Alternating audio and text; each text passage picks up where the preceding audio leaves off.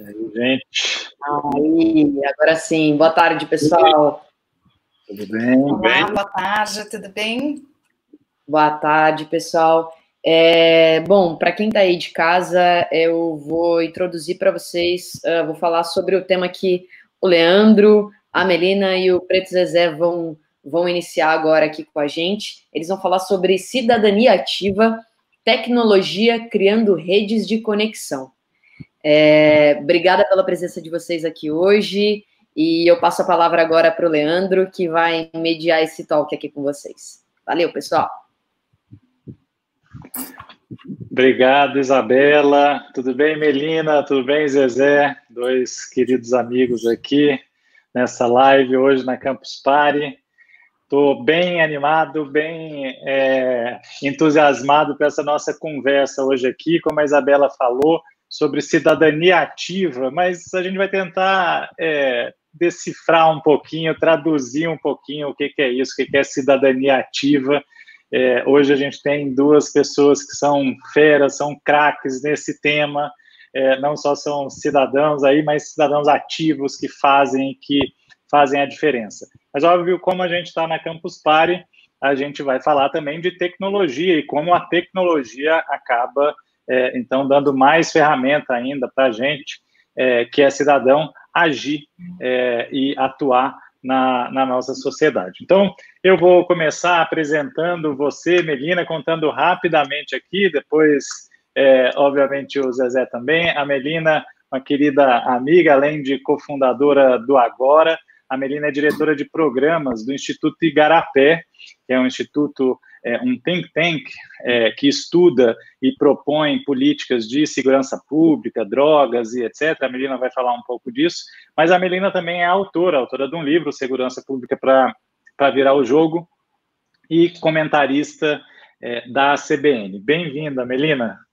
Obrigada, Leandro. Obrigada pelo convite. Prazer estar aqui com você e rever Preto Zezé. Faz tanto tempo nessa jornada, né, Zezé? Né, cara? Tempo.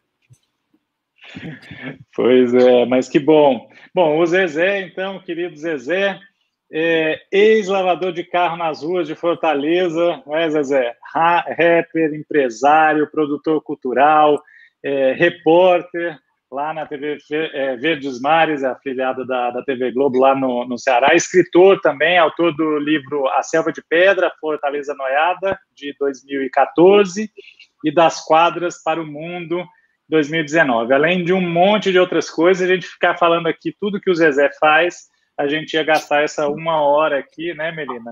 Exatamente. Toda, só contando o que o Zezé faz. Zezé, obrigado por ter aceitado o nosso convite, obrigado por estar aqui, viu? Eu que agradeço o convite aí. E muito bom reencontrá-los, pessoas tão queridas. Esse momento de distância, meu Deus do céu, a gente sofre tanto. Vontade de dar um abraço, né, Zezé? Porque é tanta coisa ruim chegando, né? As pessoas boas a gente não encontra. É verdade. Mas vamos falar, hoje aqui vamos falar de coisa boa, de coisa, enfim, não, obviamente a gente não vive num mar de rosa, não é querer pintar o mundo de rosa, mas vamos tentar olhar o que as pessoas estão fazendo, o que vocês estão fazendo, o que vocês estão vendo também, e como a tecnologia pode ajudar nessa construção do nosso país, do nosso espaço comum. E é para isso que eu vou passar, então, para você, Melina, primeiro de tudo, primeiro as mulheres, claro, para você contar um pouquinho como que a tecnologia, eu já contei um pouco do seu currículo, mas como que a tecnologia acaba entrando no que você faz. Você é uma estudiosa de alguns temas, segurança é um deles, mas como que a tecnologia entra aí nesses seus estudos, nisso que você faz, nisso que você pensa e como você atua? Então, vamos lá. Eu acho que é super importante, primeiro, a gente contar a tecnologia, ela veio e ela está revolucionando toda a nossa forma de agir, interagir, se relacionar com as pessoas e abre uma oportunidade para pensar as políticas públicas, que é o meu principal foco, como é que o governo trabalha melhor. A tecnologia, ela é uma ferramenta absolutamente essencial para a gente reverter o quadro de como as políticas políticas públicas podem agir. Eu tenho estudado ultimamente como a tecnologia pode ajudar no campo da segurança. E para isso eu quero primeiro já desconstruir o que a gente chama de segurança pública. Na minha visão, que venho estudando um monte sobre segurança, quando a gente fala isso imediatamente, em todos os lugares que eu vou, quando eu falo segurança, as pessoas pensam imediatamente em polícia e prisão.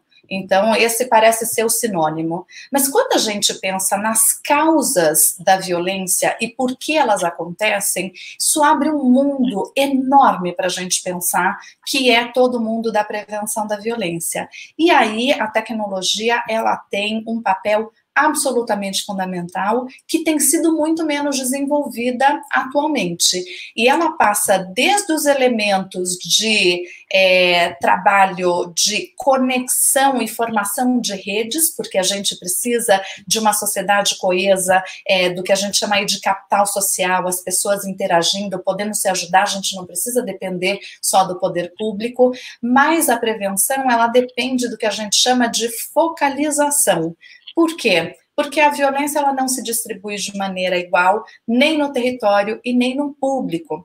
Então, quando a gente identifica a capacidade da tecnologia de permitir a focalização das políticas no território e no público que mais precisa, e aí eu não estou falando de policiamento, eu estou falando de política social, eu estou falando de prevenção da violência, onde ela precisa chegar, no momento que ela precisa chegar. Aqui tem um campo enorme para a gente discutir como é que a tecnologia pode agir especificamente ajudando a romper esses ciclos de violência que a gente observa.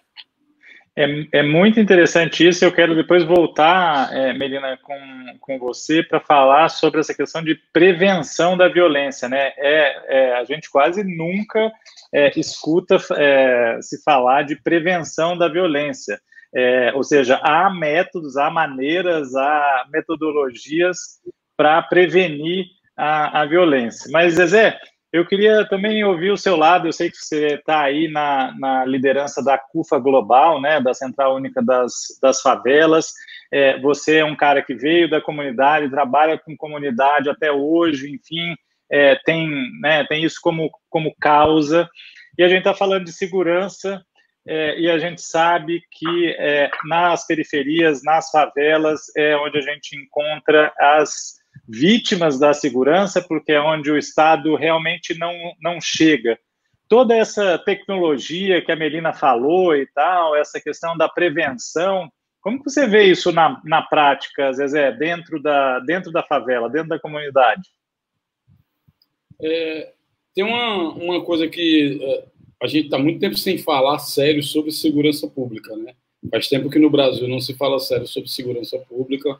A gente conseguiu, na redemocratização do país, construir o SUS, conseguiu depois a montagem do Sistema Único de Assistência Social, conseguiu estruturar uma série de outras políticas públicas importantes dentro da estrutura de Estado, mas mesmo nesse processo a segurança pública continua à margem, ninguém tocou a mão ali, então ela continua do mesmo jeitinho que veio lá das épocas dos anos de chumbo, ou seja, continua órfã do Estado e da redemocratização no Brasil.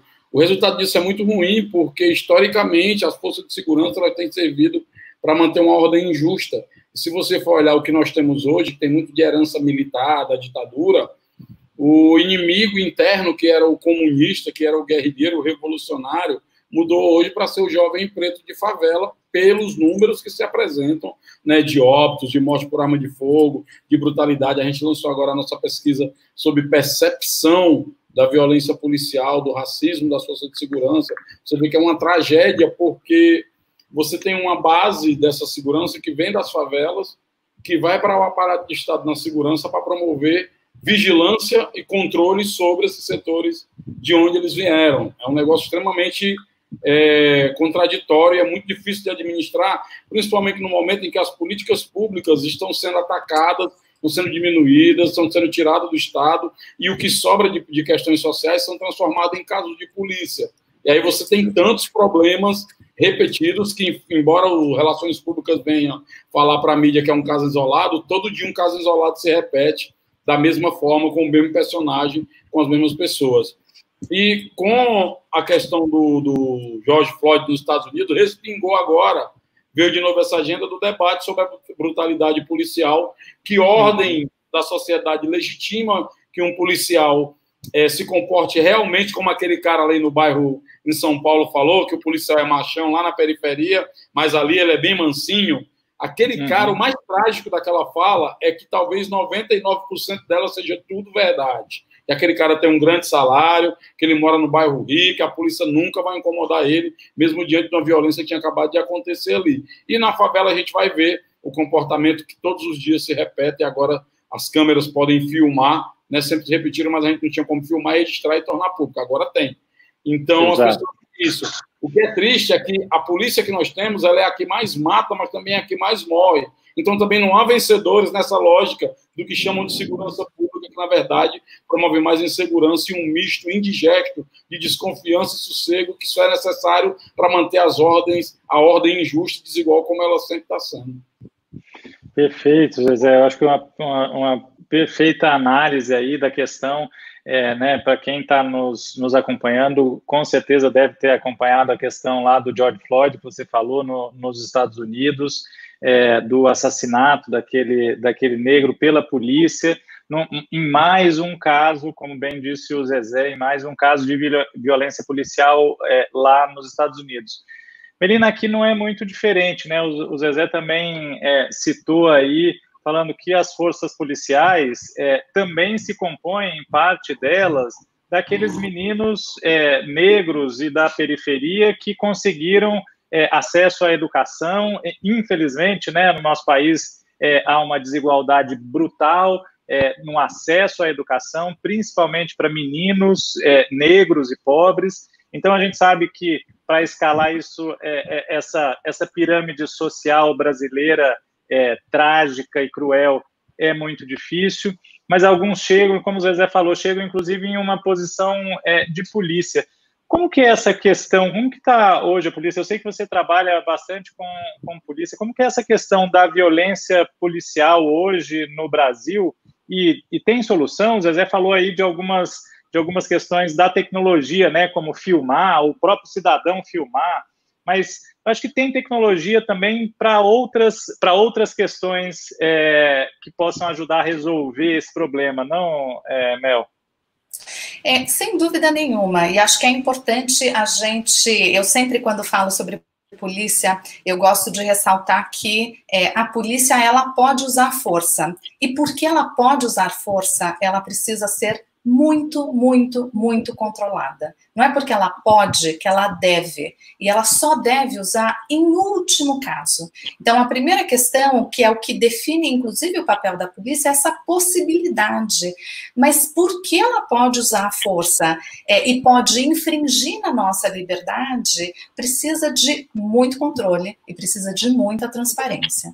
Infelizmente, o que a gente vê no Brasil é um número muito alto de vitimização dos dois lados, pela polícia e da polícia, como bem ressaltou o Zezé. E isso como ele disse, é uma guerra que não tem absolutamente nenhum vencedor. Todo mundo perde quando a gente pensa nesse sistema.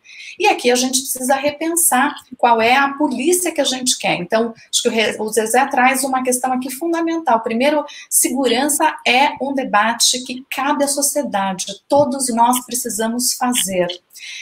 E a segurança pública, ela só vai funcionar se ela for igual para todo mundo. Acho que esse é um dos elementos mais centrais do Estado e mais centrais da garantia de direitos. A gente pensou muito tempo, quando a gente pensa a redemocratização, todo mundo estava muito preocupado com as políticas sociais e a gente ignorou a segurança por muito tempo. Está na hora da gente falar e pensar que segurança é essa, que segurança a gente quer.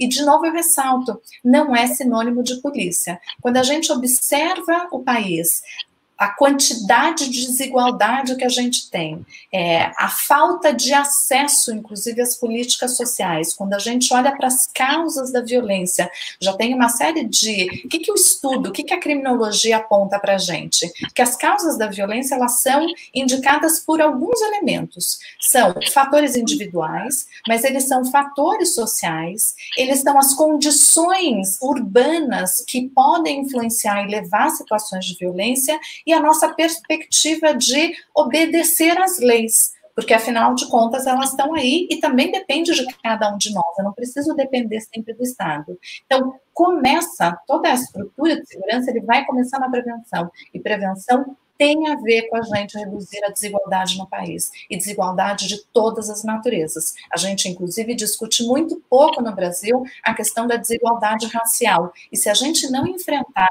esse elemento de frente com seriedade, a gente vai continuar com essa sobre-representação e essa taxa, porque mesmo quando a gente olha esse recorte, quem é vítima da polícia, quem é vítima de homicídio, e mesmo os policiais que são vítimas, a gente vai observar a perspectiva racial. Então, é importante que a gente olhe os números, olhe os dados, e dá para mudar. Eu já vi muita mudança nesse país, eu já vi coisas melhores acontecendo, infelizmente a gente tem dado uns passos para trás, retrocesso nesse momento no campo da segurança pública, mas o importante é que a gente sabe o que fazer, a gente sabe o que dá certo. Muito bom. Eu queria, então, pegar esse tema para a gente também não ficar só na segurança, né? Porque a gente está falando de cidadania, e é isso, a cidadania compreende, enfim, várias dimensões da nossa vida. Mas para pegar também por aí, eu queria passar para o Zezé a seguinte questão. Eu sei, Zezé, que você está envolvido aí, assim como a Melina também, em diversas iniciativas que, no final, no seu caso específico, muito focalizadas, muito voltadas às favelas, às comunidades no Brasil todo, e agora até com um olhar mais global, e usando tecnologia, não só tecnologia, né, aplicativo e etc., mas um jeito novo de ver as coisas, de resolver as coisas. O que você tem aí nesse campo de prevenção da violência, que a gente sabe, acesso à cultura, acesso à moradia mais digna, né? A Melina estava falando ali algumas questões. O que você tem feito, no que você tem se envolvido aí, que tenta, de alguma forma, melhorar a vida de quem está na favela, de quem está nas periferias, por meio da tecnologia? Conta para a gente aí, para a gente depois passar para a Melina e checar se isso efetivamente a gente vai conseguindo construir essa cidadania que sai da segurança, mas passa para outras questões. A tecnologia tem sido uma mão na roda para a gente, porque a gente se comunica em larga escala. Então, a comunicação já é um primeiro item muito importante para a gente. Esse barulhinho são a participação especial do José, meu filho. Muito bom. Especial na live. A comunicação tem sido fundamental, porque assim, nós estamos hoje, só para você ter ideia, no momento atual do Covid, nós já atuamos há mais de 20 anos nas favelas, né, através da CUFA. E a gente organizou, o Covid fez a gente ter que fazer a nossa reversão da matriz produtiva. No caso nosso de organização, a gente fez a reversão da matriz de atuação. Então, nós chamamos todos os nossos colaboradores do Brasil todo que tinham parentes de grupo de risco, afastamos todos e deixamos os que não tinham nenhum parente. Negociamos, arrumamos uma grana para todo mundo ficar uns 3 meses em casa, inclusive esse mês já está encerrando, mas muita gente já pegou dinheiro do auxílio, então vai dar para segurar uma ondinha mais para frente. E organizamos redes de frentes de emergência no território, transformamos nossas sedes em centros de logística e distribuição, né, no Brasil todo, e a comunicação, a gente construiu vários perfis de comunicação. Primeiro, estrutura eletrônica de gestão, para poder fazer a gestão e a estratégia desse negócio todo, tudo via internet. A segunda, de comunicação, porque a comunicação, tanto entre as pessoas, como da gente para os outros, está muito tumultuada. O presidente diz uma coisa, o governador diz outra, o prefeito diz outra, e as pessoas estão muito distantes. Uma comunicação feita à base de álcool em gel, quando mais de 40% das pessoas não têm acesso a água e sabão, que é o básico. Então, difícil essa comunicação de lockdown, e se você for isolamento social, assim, é difícil comunicar essas coisas. Então, por isso que a gente também tem uma agência de comunicação nossa, e agora montamos uma plataforma muito bacana, um projeto lançado recentemente, está com 18 dias, chamado Digital Favelas, que é uma plataforma que monetiza micro-influenciadores na favela. Às vezes o cara tem 300 seguidores num bairro lá, mas a audiência dele fiel, acredita nele, segue ele, tá com ele toda hora. Então, a ideia... Obrigado, filho. Para quem está interessado, Zezé, tem um site para entrar agora? www.digitalfavela.com.br. Com a participação do Porquinho. Oi, José. Olha, José, ali, ó. Manda alô ali pro pessoal da Campus Party. Manda um oi. Oi, pessoal. Oi, pessoal. Oi, aí, José. Vai falar. Não precisa subir. É porque mostra o contrário. Segura o cordeirinho aqui para o papai falar. Então, montamos essa plataforma, que é de micro... digitalfavela.com.br. Digitalfavela.com.br. Então, como nós temos 5.000 favelas cadastradas, as pessoas estão se cadastrando dentro disso, micro-influenciadores, que eles estão já se cadastrando nessa plataforma, e daqui a pouco, o cara que investia numa grande empresa, ele está doidinho porque aparece o lado trocado. Aí ele está todo ele está de um lado e aparece do outro. Então, assim, grandes empresas que antes investiam milhões numa propaganda, ela pode pegar esses mesmos milhões e aplicar nesses micro-influenciadores que vai chegar direto em lugares, muitas vezes, onde essa propaganda não chega. Isso pode se expandir para controle, que agora nós estamos avançando noutra frente, que são a telemedicina, que já é também praticada com tecnologia, né, que a gente vai criar uma plataforma da favela. Eita, filho. Para trabalhar nesse aspecto. E aí, a gente vai... Peraí, deixa eu só tirar ele aqui. Peraí, neném. Não pode ficar não, que é arriscado você cair, aí vai ser muito ruim. Hoje deixa aqui pelo outro lado. Vai cair ao vivo, hein, José? Olha! O José está fazendo... Tá criando fãs aqui no YouTube. Vai. Ajudei.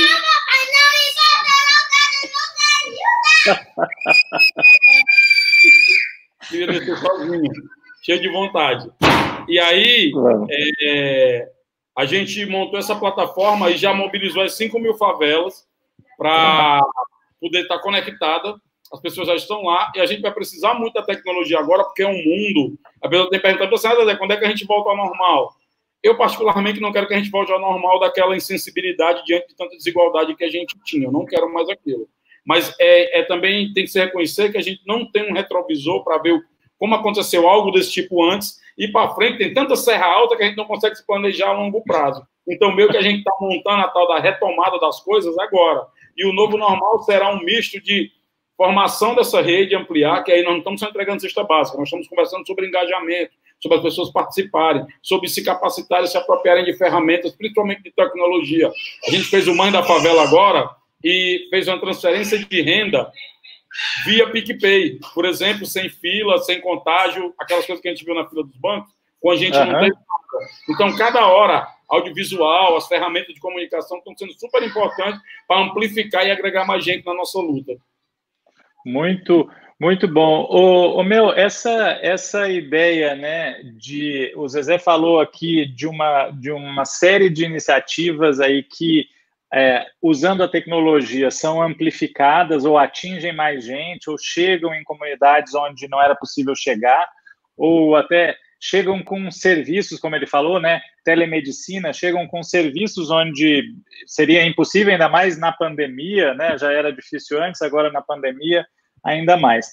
Mas o Zezé também falou da Digital Favela, que tem uma coisa também de comunicação e de tradução de um monte de questões complexas e tal para o dia a dia das pessoas que precisam trabalhar, cuidar dos filhos, saber como pagam as contas, etc., e recebem um monte de informações oficiais e não oficiais, enfim, e eventualmente ficam desesperadas, perdidas aí no meio de tanto dado, de tanta informação.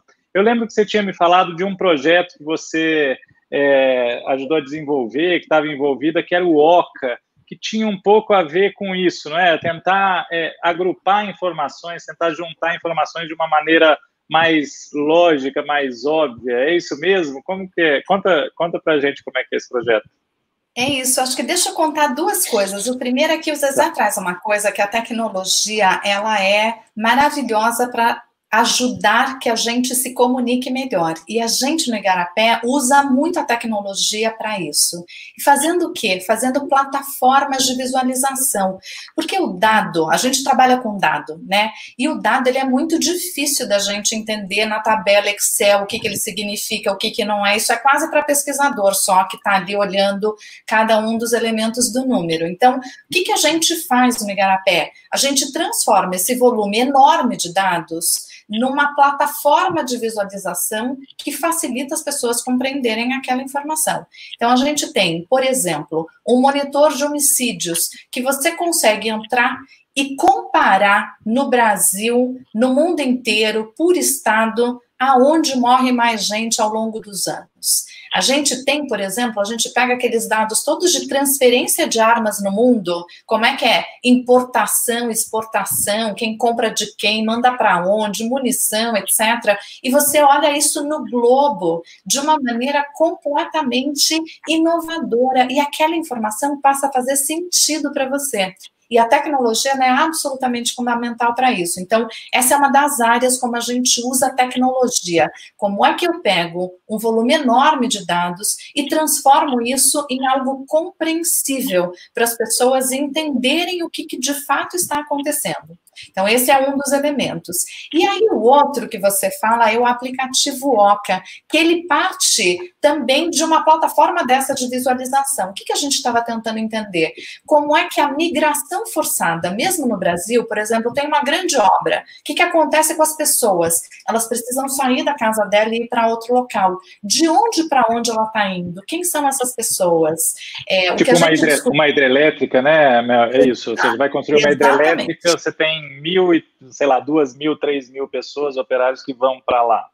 Exato. Então, que vão para lá, mas quando também sobe a barragem, um monte de gente precisa ir embora, porque não pode mais morar ali. Aquela terra é desapropriada. Para onde ela vai? Então, a gente fez uma plataforma para mostrar onde as pessoas estavam indo. E a gente começou a mapear, inclusive, os deslocados, só para a gente não fugir do tema, pela violência, porque tem muito deslocado interno pela violência, que ele está ameaçado e ele precisa sair de casa. Então, para onde essas pessoas estão indo, o que está acontecendo? E quando a gente começou a trabalhar com esse público, um dos elementos muito centrais é que as pessoas, quando estão remontando a sua vida, e aí não só deslocados internos, mas também refugiados, imigrantes, etc., o elemento essencial para essas pessoas é informação.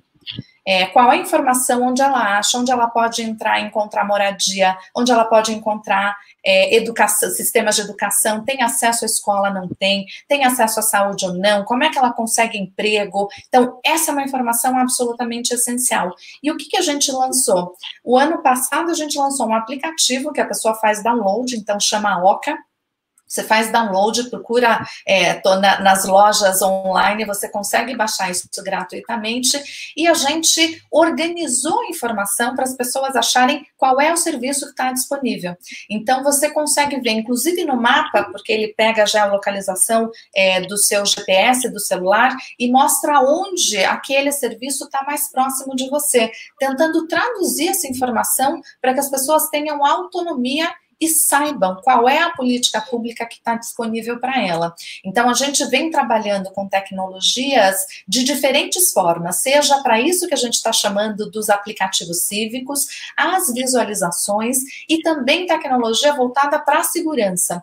Por exemplo, a gente ajudou a Polícia do Rio de Janeiro, a Secretaria UISP, né, que é o Instituto de Segurança Pública, a georreferenciar a criminalidade, porque o que a ciência nos diz?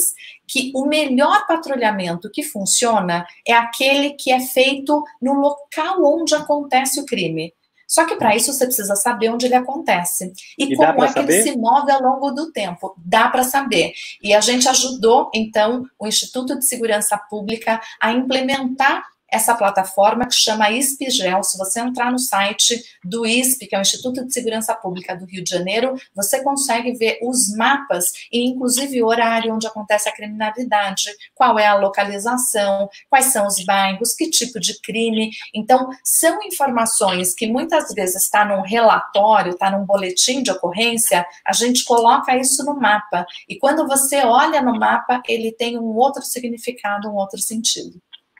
E você consegue, então, aí, obviamente, se é o poder público, você consegue atuar antes da questão acontecer, que era um pouco aquilo que você estava falando no começo daqui do nosso papo, da prevenção, é isso?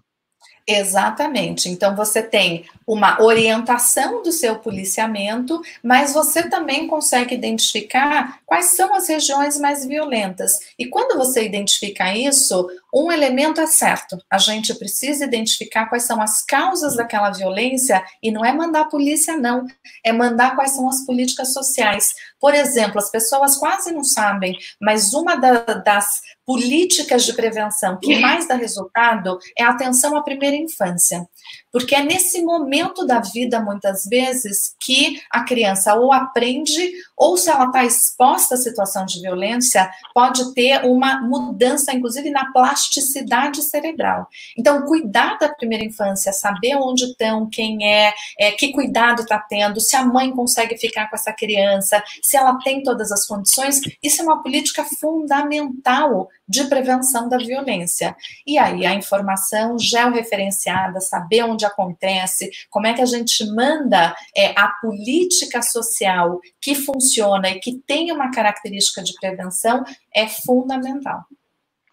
Ô Zezé, mas essa questão da primeira infância, aí, não só, né, pelo seu histórico, mas eu sei que agora, por conta da Covid, ainda mais, enfim, você ajudou a liderar aí um batalhão de gente para levar itens básicos, né? A Melina está falando da primeira infância, que é a fase lá, né? Lembrando aqui para o nosso espectador, a fase de 0 a 6 anos, em que o cérebro da criança ainda está se formando, ela responde a muitos estímulos, mas também, se tiver estímulo errado, como violência, como má nutrição, como, enfim, um contexto não favorável, isso pode prejudicar. Infelizmente, essa é uma boa parte da realidade, né, Zezé? Da realidade que a gente encontra hoje no Brasil, e aí eu acho que com a Covid, com a crise econômica que vem junto com a Covid, a gente já não estava bem antes, né? Isso tende a piorar na ponta. O que você está sentindo, o que você está vendo nisso e para onde você vê que tem alguma saída, alguma solução, o que você tem feito? O diagnóstico é muito preocupante, né? Se você olhar, por exemplo, no tempo de Covid, em que para uma pessoa que tem alguém em casa para lhe ajudar a cuidar do seu filho, é desse jeito aqui, você imagina uma mãe sem ninguém para cuidar. E essas mães que estão em casa, elas não podem sair para ir arrumar grana.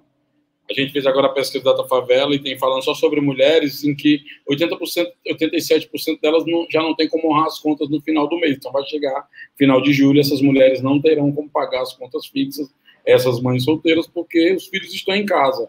E para elas, o que alguns de nós temos estresse, um transtorno, uma invasão de live, mais ou menos que temos alguma grana ou comida guardada para cuidar, para essas mães, elas estão preocupadas nesse momento o que vai botar na panela à noite para jantar e amanhã o café da manhã dessas crianças. Então é uma realidade muito injusta e nós vamos ter um déficit aí, porque para essas crianças ir para a escola é também uma vivência mais saudável, estar na creche é também uma vivência mais saudável, e nesse momento elas não estão em um lugar nem outro. Então, assim, você imagina o déficit que vai dar, Leandro, para recuperar esses processos, fora os casos de violência que estão cada dia maiores dentro dos lares, né, nas favelas, principalmente nos finais de semana. A Melina está falando de monitorar.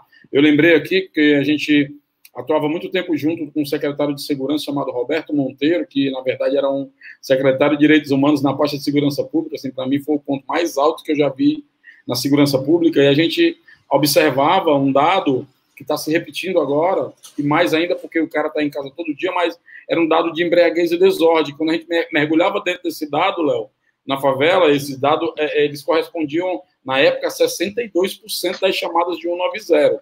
E eles começavam sexta-feira, 6 da tarde, e só terminavam 6 da manhã da segunda-feira. Quando você entrava em embriaguez e desordem para ver o que acontecia, como resultado da embriaguez e a desordem que causava, estava lá presente violência contra a mulher e as crianças.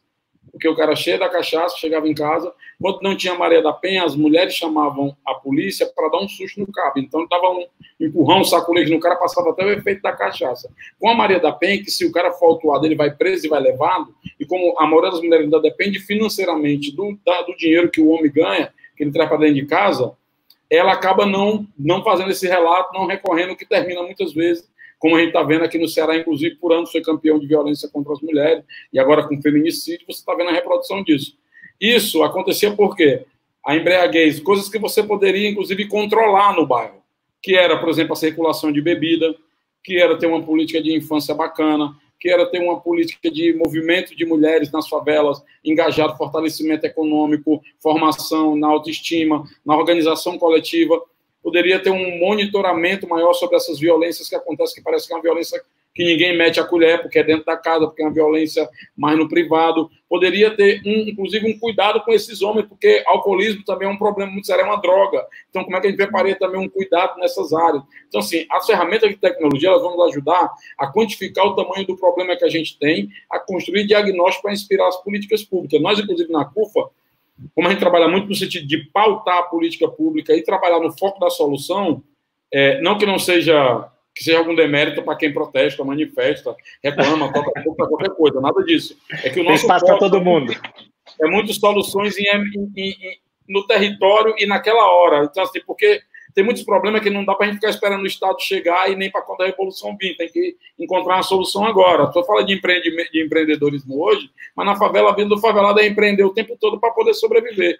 Então, quando você tem essas ferramentas que a Melina está falando na segurança, mas eu penso elas numa sociedade, inclusive, cada dia mais aqui dentro do celular, né, que está todo mundo aqui dentro desse negócio, você pode construir mecanismos extremamente eficientes de controle, de monitoramento, fiscalização, até para qualificar e ampliar a política pública.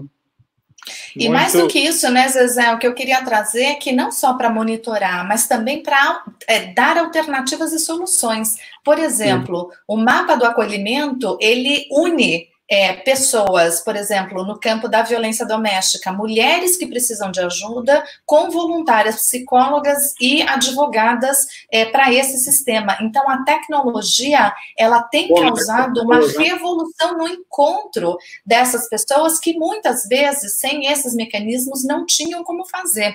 Então, a tecnologia, hoje, ela está em todas as áreas da nossa vida, e aproveitando aqui o nosso público, pensem nessas soluções, porque elas podem ser absolutamente revolucionárias no micro, mas também quando a gente olha isso no agregado, elas revolucionam o macro e mudam a realidade.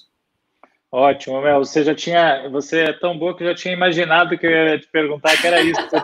O Zezé tinha falado de violência contra a mulher, né? A gente estava falando de criança, primeira infância, violência contra a mulher. Eu ia te perguntar justamente, porque também já tinha lido a respeito, já tinha visto questões a respeito do aumento da violência contra a mulher, não só aqui no Brasil, infelizmente, aqui no Brasil também, mas, enfim, durante a pandemia, um fenômeno meio que global aí, mas você já respondeu, então eu vou aproveitar, e você falou do nosso público também, aí o que eles podem fazer, quem está em casa, mas vou aproveitar a Cristiane Pereira, lá do Guará. Oi, Cristiane, eu estudei em Brasília, morei muito tempo em Brasília, vários amigos do Guará.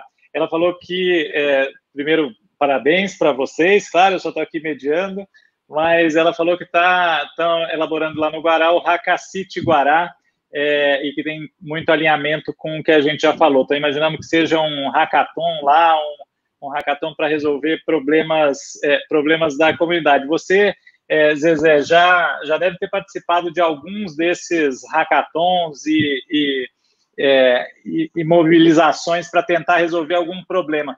Você vê esse caminho como um caminho efetivo? Porque a gente sabe que tem muita gente querendo propor soluções, mas você tem algum exemplo concreto aí que você já passou que a gente possa compartilhar aqui com a Cristiane de um hackathon que você já tenha visto, já tenha achado bacana por aí, ou já tenha participado?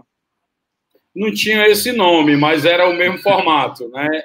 Que agora tem um monte de termos, né? Muitas vezes a gente nem entende, porque a maioria são em inglês. Mas teve um leilão que o governo federal ameaçou fazer aqui de um terreno que era um campo no bairro mais rico da cidade, que é o Meireles. Então, lá é o pedaço de terra mais caro do estado. e é um bairro que está o melhor IDH, os ricos da cidade, né, os donos de torre de... os ricos daqui, o PIB. E daí, sempre ameaçava e nunca acontecia. Só que dessa vez era verdade, só que faltavam 15 dias para o leilão, e era um leilão federal. Então, era na época que o Twitter ainda era mato. Então, o secretário de cidades, ele me botou, ó, a CUFA tá vendo isso aqui, esse leilão que vai acontecer e tal. E eu lembrei, porque era na época, quando falou esse nome, que eu participei de um, e as pessoas nesse hackathon me lembraram desse acontecimento, dizendo que era a mesma coisa. E aí o secretário entrou no Twitter, quando ainda era mato. O Twitter era tudo matagal, tudo escuro, não tinha luz, não tinha estrada, não tinha nada. Ninguém sabia nem que diabo era Twitter. Mas aí o secretário me copiou e falou, pô, como é que a CUFA que trabalha na favela vai permitir isso e tal? E era na época, acho que no governo do Lula, e o secretário também era do PT, então tinha uma treta entre eles aí, eles acabou botando, vendendo, chama motoboy de treta, o cara leva uma treta pro outro, tá ligado? No Twitter, aí você leva e a treta começa. Eu sei que nesse dia deu certo, nós começamos a copiar um monte de jornal, de imprensa e tal, eu sei que criou uma confusão tamanha, que a prefeita teve que se pronunciar, suspendeu o leilão, nós fomos até Brasília falar com o presidente do INSS, o ministro da Previdência. Foi uma confusão do cacete, juntamos todo mundo para decidir qual era o melhor projeto, todo mundo queria o campo, porque era espaço de lazer e tal, e as empresas queriam outra coisa, empresa da construção civil. Conseguimos fazer o governador e a prefeita, que na época também estava em treta, ficar em paz para resolver, só que aí veio uma eleição no meio, atrasou tudo, aí todo mundo desacreditando, uma hora a gente voltou de novo com um novo agrupamento, juntou todo mundo de novo, manteve o campo, e a gente conseguiu fazer, derrubar o leilão, executar a obra, e o prefeito pegou essa iniciativa, incorporou e transformou em política pública, foi mais 25 campos desses, que uma coisa da segurança é interessante, a gente pensa em viatura, polícia, munição, efetivo, né, Melina? Mas um campo que mexe na infraestrutura, melhorou a vivência comunitária, a iluminação, o comércio local, o entorno, a autoestima, a prática da saúde, as atividades culturais que aconteciam, porque como é de sintético, pode ter culto, aniversário, festa junina, aniversário de 15 anos, quadrilha, tudo. Então, isso foi muito legal na nossa época. Agora nós estamos fazendo isso tempo com mais frequência, porque são mais demandas e a galera está mais assim, tecnológica, tem uma juventude muito ativa, envolvida em milhares de coisas, você tem uma descentralização de iniciativa, você tem mais aquele grupo político dirigindo tudo. Está todo mundo, de alguma forma, no seu lugar, e assim, a galera está muito preocupada, não é com o estado do Ceará, o cara está preocupado com a rua Santa Cecília, que é a rua onde ele mora, que é como é que eu resolvo a questão da rua do meu bairro, dos meus vizinhos. Então, assim, cada vez mais esse micro, ele vira a vida do cara, o mundo dele, e esse micro dialoga com um macro que todo mundo também está com essa mesma preocupação. Então, a tecnologia também vai possibilitar a gente fazer esse ecossistema de trocas e de saberes que está sendo super produtivo, como esse aqui, por exemplo, agora. Perfeito, e foi bom que você falou justamente no sentido que a Cristiane tá comentando, que lá no Guará vai ser até muito mais do que um hackathon e tal, que vão mobilizar a cidade toda, que foi basicamente o que vocês fizeram lá para o campo lá no Meirelles. É legal, cara, porque ver artista, ver o jornalista, 2 jornais fechados, mesmo foi uma confusão tão grande que a pior coisa do mundo era você ser contra esse campo. Nós chegamos no nível tal de nenhum político, de nenhum partido, e conseguir dizer um A contra o campo. Muito bom. E é legal que a população, viu, Melina? Quando começou a vir esse campo, chama de areninha, porque era na época da Copa. A gente pegou na mão areninha, vamos surfar nessa onda. A comunidade agora, ao invés de pedir para o prefeito ou para o governador viatura, polícia, ela pede uma areninha para o lugar. Não pede para passar um asfalto ou para limpar, não sei o que, pede areninha. Muito legal isso. É isso. Eu quero aproveitar e chamar atenção para 2 coisas, Zezé, a partir do que você está dizendo. A primeira é que teremos eleições municipais, gente. Esse ano teremos eleições municipais. Então, aprendam a pedir o que a gente precisa no campo da segurança. E para o município é isso. É a quadra de futebol, é a assistência social chegando em todos os lugares, é o posto de saúde, são as creches, educação para a primeira infância. Então, isso é responsabilidade do prefeito, colocar isso nas áreas que mais precisam, nos lugares onde tem mais indicadores de violência. Não se esqueçam disso, não é guarda municipal que vai resolver o problema, a gente já tem a polícia. Vamos olhar para essas outras áreas que muitas vezes são desassistidas e não chegam onde tem que chegar. Então, é só para fazer esse lembrete, porque no nosso ativismo não dá para a gente esquecer desse elemento. Chamando a atenção aqui para que a Ana trouxe sobre o acesso acesso, né? Porque a gente está falando muito de tecnologia e a gente sabe que o acesso à banda larga, o acesso à tecnologia, ele ainda é muito desigual. E enquanto a gente também não resolver isso, a gente só vai aumentar o espaço da desigualdade. É muito diferente alguém que tem acesso durante a pandemia à banda larga e quem só tem acesso ao celular, é um pacote muito pequenininho de dados que só recebe a mensagem de WhatsApp. Como é que a gente vai criar esse processo de revolução se a gente não olhar, inclusive, o acesso que as pessoas têm à tecnologia, porque ela também é produtora de desigualdade. Então, aqui acho que é um elemento para todos nós colocarmos na agenda, todo mundo que está nos assistindo, porque isso vai fazer diferença e essa é a divisão. Quando a gente olha centro e periferia, quando a gente olha as classes ricas da favela, isso também é um elemento de desigualdade que só vai crescer e aumenta ainda mais a possibilidade da gente chegar onde a gente precisa, né? Perfeito, Melina.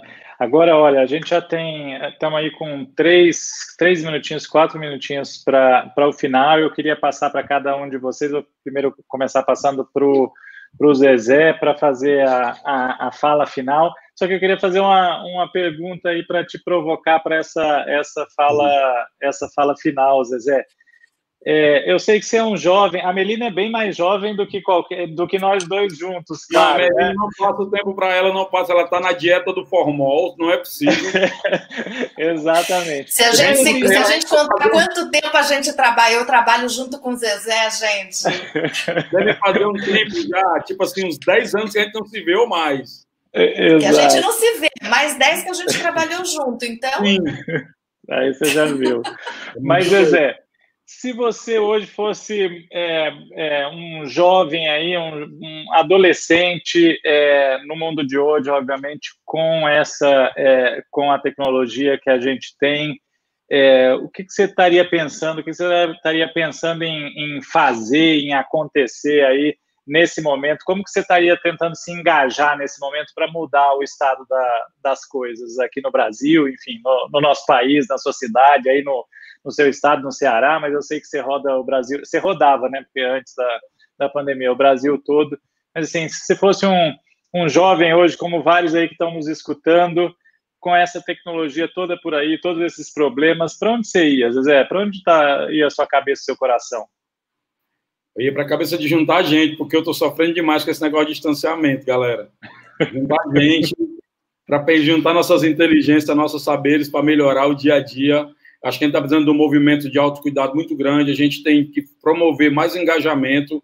No Brasil tem muita gente reclamando com direito e com legitimidade, mas tem pouca gente também fazendo as coisas. A gente é muito bom de teoria, a gente tem uma onda de uma galera que está também num xingacionismo monstruoso, mas a gente precisa cair para fazer as coisas acontecerem, e acredito que se a gente conseguir se conectar, juntar experiências, trocar um pouco desses saberes que cada um está praticando no seu território e criar um ambiente de valorização de consensos possíveis, de juntar experiências exitosas e de ter paciência com o que a gente é oposição ou diferença, a gente constrói um campo massa para produzir uma agenda pública de interesse nosso, capaz de pautar a política e os partidos, porque chega dos partidos e a política dizerem o que a gente tem que fazer. Chega agora na eleição, vai chegar um monte de gente perguntando qual é o melhor candidato, se é fulano, se é ciclano.